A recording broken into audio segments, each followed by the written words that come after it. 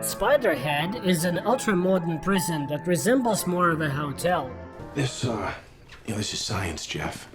We're making the world a better place. In this facility, inmates live under a more relaxed regime, have the right to take walks, interact with each other, and have the opportunity to reduce their sentences and receive bonuses. But it all comes at a price. Spiderhead carries out medical trials, and not all of them are harmless. To be fair, it must be said that all experiments are voluntary, and each inmate has the right to refuse and return to a standard cell in another prison. Ray, one of the inmates, sits on a chair in front of a mirrored window, and Steve announces the start of the experiment by injecting a substance into Ray's bloodstream. Just a minute later, they administer the first dose of the drug to the subject and begin reciting simple jokes, causing Ray to burst into hysterical laughter. When the jokes are replaced by grim facts, the subject's reaction remains the same. Ray continues to laugh hysterically. Another morning in Spiderhead is no different from the previous ones. Inmates are awakened by a loudspeaker, and their names are immediately announced for participation in the experiments. Steve inquires of Jeff if he's willing to try the new N40 compound on himself, which no one has ever tried before, and the guy readily agrees to participate in the experiment. In addition to the test drug, another one is administered to enhance the speech centers of the brain. This allows Jeff to describe his state in great detail, mentioning the smallest details.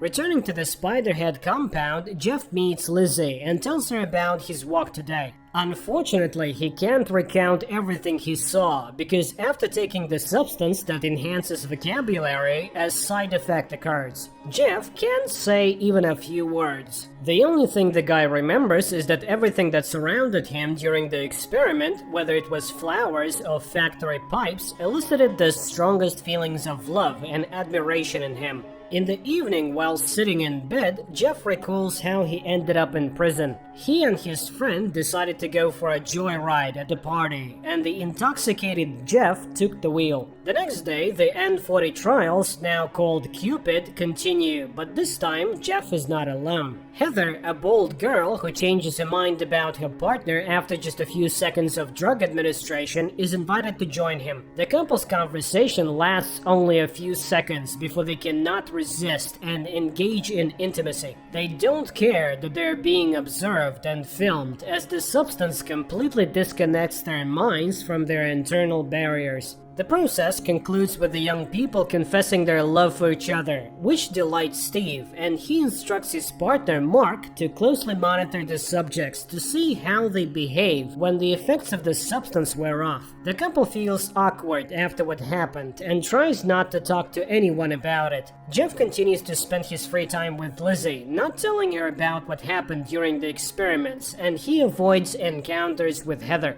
The next day, they administered the same Cupid to Jeff, but this time in a double dose, and instead of Heather, an older woman is in the room, whom sober Jeff looks at with disgust. However, as soon as the substance enters his bloodstream, he engages in love with her. After this experiment, Jeff asks Mark to remove him from the kitchen where they work together with Lizzie because he feels uncomfortable continuing to interact with his girlfriend. Steve brings Jeff into the laboratory, but this time he is on the other side of the glass. Steve shows Jeff that both of his previous partners are in the experiment room. The supervisor offers Jeff the choice of which girl he is willing to administer the substance that induces intense fear and pain to, but Jeff cannot choose.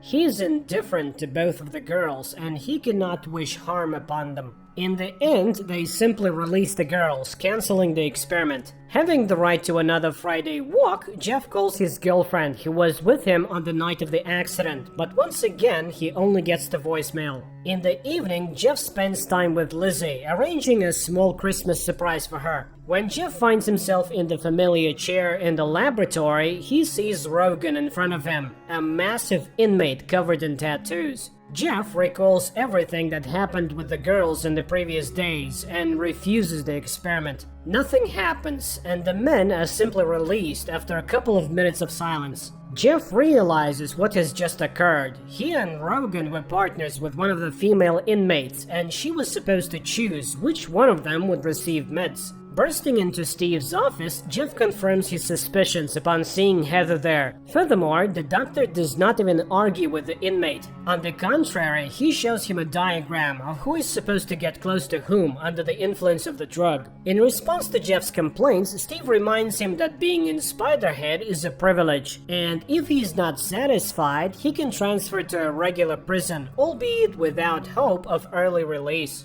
Understanding the hint, the next time, Jeff sits calmly in the same room as Rogan, without any hysterics. Steve sends Mark on a weekend break, advising his friend to enjoy his time on the mainland. Steve himself decides to take the Cupid to experience the ecstasy he had only seen in his subjects before. The experiments continue, and Steve warns Jeff that they will have to administer dark influx to the girls, as a certain committee demands the purity of the experiment. Jeff tries to explain that he does not wish for anyone to experience the effects of this substance, regardless of his feelings for the girls. However, Steve remains adamant and reminds Jeff of all the privileges that he enjoys by cooperating with them. Not wanting to go back to a regular prison, Jeff agrees to administer dark influx to Heather. Heather begins to cry and panic, but the management calmly records the data, listening to Jeff's comments, which do not contain any hint of romantic feelings.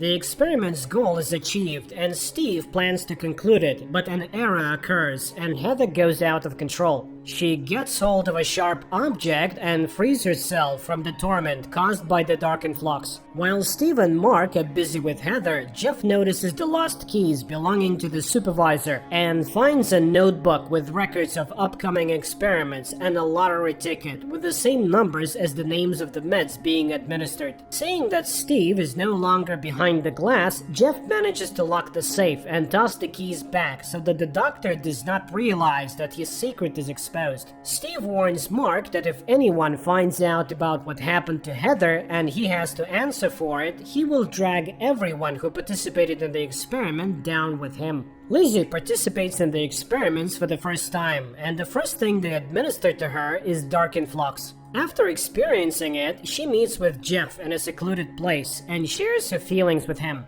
Lizzie confesses that she's not sure if Spiderhead is better than a regular prison with the strictest regime. In turn, Jeff also opens up to his girlfriend and confesses that on the night of the accident, there was not only his friend in the car, but also his beloved girlfriend who did not survive the ride. That's why he willingly undergoes the trials on himself, hoping to somehow atone for his guilt. The candid conversation between the two of them leads to them spending the night together. Steve quickly deduces the close relationship between his wards and decides to use this connection for his own purposes. When Jeff arrives for the next experiment, he learns that today he must either agree to administer dark influx to Lizzie or leave Spiderhead. Jeff refuses, but the doctor gives him a chance to postpone the experiment until the morning. When he meets the defiant young man again, he is armed with Lizzie's personal file. It turns out that the crime for which the girl is serving time is so terrifying for her that no amount of dark influx can make it worse.